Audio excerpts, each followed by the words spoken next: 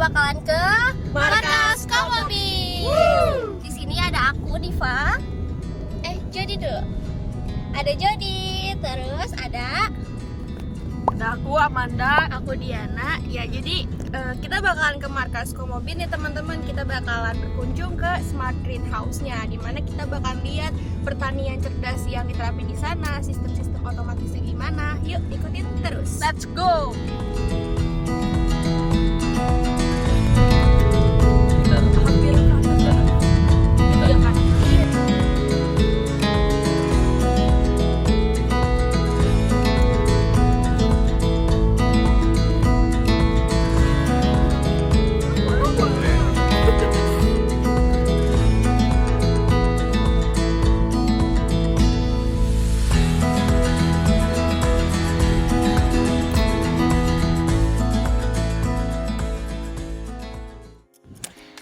Halo guys, kita udah ada di dalam Markas Komobi. Jadi di belakang kita itu ada Smart Greenhouse-nya. Nanti kita bakalan ke sana buat lihat gimana sih sistem yang diterapkan di sana. Betul.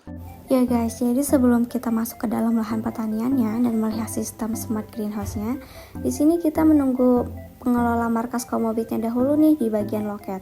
Karena tempat ini tuh tidak hanya untuk lahan pertanian, tapi Markas Komobit ini juga dijadikan sebagai tempat wisata edukatif bagi masyarakat ataupun anak sekolah dan mahasiswa yang ingin belajar. Karena di lahan pertanian ini cukup lengkap. Di dalamnya terdapat greenhouse komoditas anggur, melon, cabai, hidroponik sayur, kebun semangka, rumah IoT, taman bibit buah, taman bunga, tanaman hias, mini zoo, area berkuda, pelatihan media tanam, edukasi tanaman padi, kolam tangkap ikan, musola, dan tempat lainnya yang edukatif dan menarik. Untuk lokasi lengkapnya akan kami tampilkan di sini. Di sini kami bersama Bapak Munjin selaku pengelola Markas Komobit dan juga yang mengatur dan memprogramkan Smart Greenhouse-nya. Iya, jadi kami sudah sampai di Smart Greenhouse-nya Markas Komobit. Saat kami pertama sampai ke sini, kami langsung disambut oleh udara panas dari dalam Smart Greenhouse-nya yang suhunya ini berkisar 39 derajat Celcius.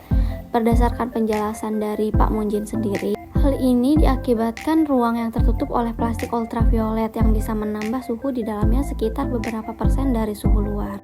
Dan jika suhu sudah di luar batas ambang maksimal syarat tumbuh untuk penanaman melon, maka sistem exhaust akan secara otomatis menyala dan mengeluarkan udara panas yang ada di dalam Smart Green.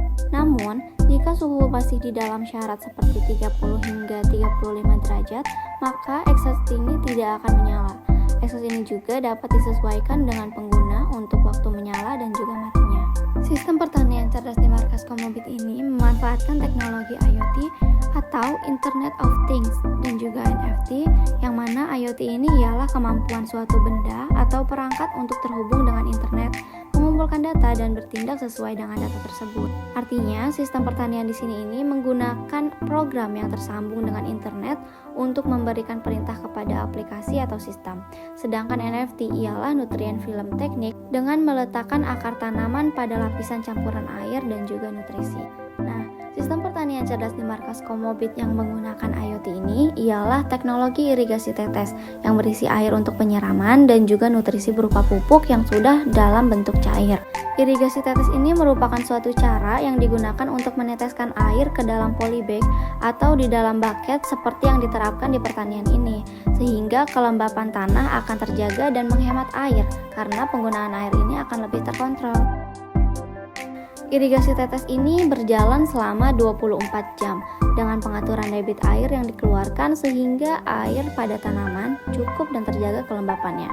Irigasi dengan teknologi IoT ini dapat diatur waktu pengairan, volume air, tingkat kekentalan cairan, dan juga pH melalui komputer yang tersambung dengan program dan beberapa aplikasi yang telah dibuat oleh petani seperti Pak Munjin beserta timnya.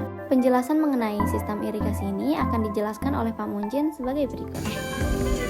Nah, ini ya sistemnya, kita memakai sistem bucket ya, bucket dimana nutrisinya, pengaliran airnya sama seperti NFT, jadi 24 jam terus ngalir.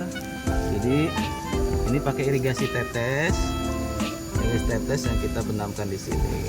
Jadi nutrisinya masuk ke sini setiap 24 jam ya, 24 jam. Selama 24 jam secara terus menerus ya. Ini usianya sekitar 6 minggu ya. 5 minggu, sekitar 5 minggu lagi bisa panen. Iya. Karena durasinya sekitar 10 minggu. Ini varietas premium sweetnet ya. Ini melon sweetnet ya. Nah, seperti yang dilihat, di dalam bucket terdapat tanah padat berbentuk bulat. Tanah tersebut ini bernama hidroton yang merupakan bagian dari media tanam. Hidroton tersebut terbuat dari tanah liat yang dipanaskan sekitar 1200 derajat Celcius. Hidroton ini digunakan untuk menahan panas untuk tanahnya di greenhouse ini. Sistem pengoperasian teknologi IoT pada irigasi ini yaitu dengan connecting dari internet, lalu mengatur program yang ada pada PC atau laptop yang digabung dengan beberapa aplikasi lainnya, dibuat algoritma smart greenhouse kemudian disambungkan ke sebuah alat controller mesin pupuk dan vertigasi mini. Untuk pengairan ini digunakan 3 pompa untuk saluran yang berbeda.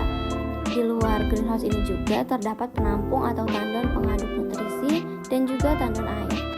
Seluruh kegiatan di greenhouse ini hampir semuanya secara otomatis kecuali pengendalian hama.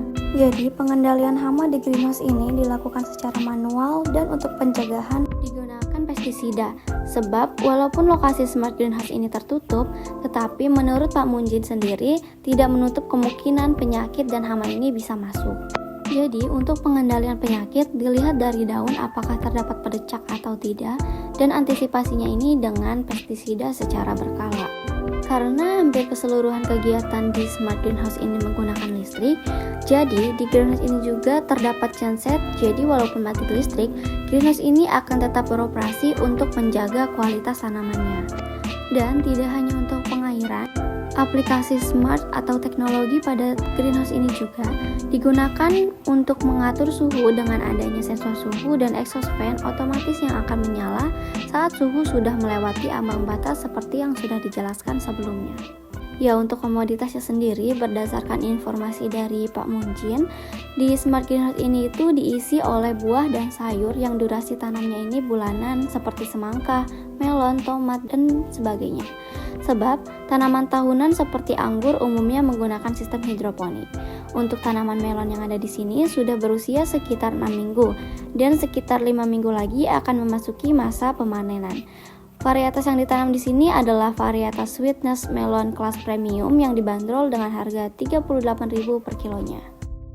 Ya, seperti yang sudah dijelaskan sebelumnya, kita tahu bahwa alat yang digunakan di smart greenhouse ini seluruhnya bersifat otomatis, baik untuk menyalakan, menghidupkan, ataupun penjadwalan lainnya.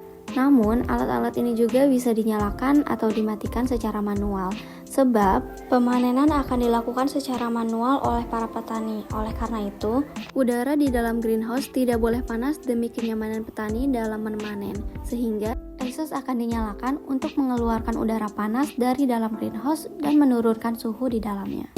Pada markas Komobit ini itu meliputi untuk menjaga suhu dan kelembapan, untuk penyiraman dan penambahan nutrisi. Karena di sini ada sekitar 2.000 tanaman yang akan dikontrol oleh alat yang sudah diterapkan melalui algoritma, sehingga nanti dalam kurun waktu tertentu dia menyesuaikan dengan kebutuhan tumbuhan-tumbuhan di sini. Di sini juga ada melon. Nah, kalau yang sebelah sini dia ada untuk tomat. Ya, kurang lebih seperti itu, seperti yang dijelaskan oleh Manda. Dan berdasarkan informasi yang didapat dari Bapak Munjin juga, pertanian markas Komobit ini sudah lama. Namun untuk penerapan sistem smart greenhouse baru dimulai bulan Oktober 2023 dengan bantuan dana hibah dari pemerintah. Dikarenakan bantuan berupa dana hibah, jadi di smart greenhouse ini tidak ada audit intensif dari pemerintah. Halo, sekarang kita udah di tempat melon. Nah, yang sekarang ini nggak terlalu pakai alat yang berhubungan dengan internet, tapi masih memakai penerapan smart agri. Jadi intinya sistemnya nggak se-IoT yang smart agri sebelumnya, ruangan sebelumnya, tapi di sini juga masih menerapkan sistem-sistem yang ya kurang lebih otomatis gitu. Ya. Nah, pada penjelasan tadi, sistem NFT digunakan pada buah melon. Selain pada buah melon, penerapan teknologi NFT juga digunakan pada tanaman sawi dan selada. Sistem NFT pada hidroponik sawi, selada, dan melon ini ialah dengan mengalirkan air dan nutrisi dari tandan menuju akar-akar tanaman yang ditanam secara horizontal. Kemudian, air tersebut akan kembali lagi menuju tandan dan begitu terus proses tersebut akan berulang. Hal ini juga akan dijelaskan oleh Jody di video berikut. Di sini ada sistem hidroponik ya. Terus airnya tuh berasal dari sini, udah ada tandonnya. Ini terus kita ada pipanya mengalir sini ke tanamannya semua. Terus ntar airnya balik lagi ke tandon di bawah. Ini udah semuanya otomatis ya. Ya, kurang lebih seperti itu penjelasannya. Selain untuk tanaman yang hampir panen, sistem NFT hidroponik ini juga dapat digunakan pada tanaman yang masih berupa benih, seperti yang akan dijelaskan oleh Diana. Sini teman-teman, jadi yang ini juga masih sama seperti tadi di depan hidroponik. Sistemnya NFT, di sini ada gentong airnya untuk sumber air atau nutrisinya, kemudian nanti dialirkan melalui sambungan-sambungan pipa ini ke hidroponik ini. Kalau ini dia masih berbentuk bening, sedangkan di sana tadi udah siap panen.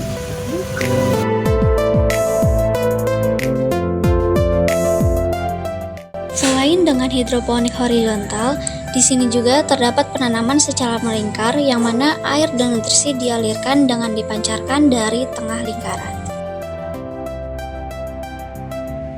Oke, beralih dari pertanian cerdasnya, di sini juga kami mengunjungi beberapa pertanian yang dapat dikatakan pertanian konvensional karena tekniknya tidak menggunakan teknologi modern seperti sebelumnya.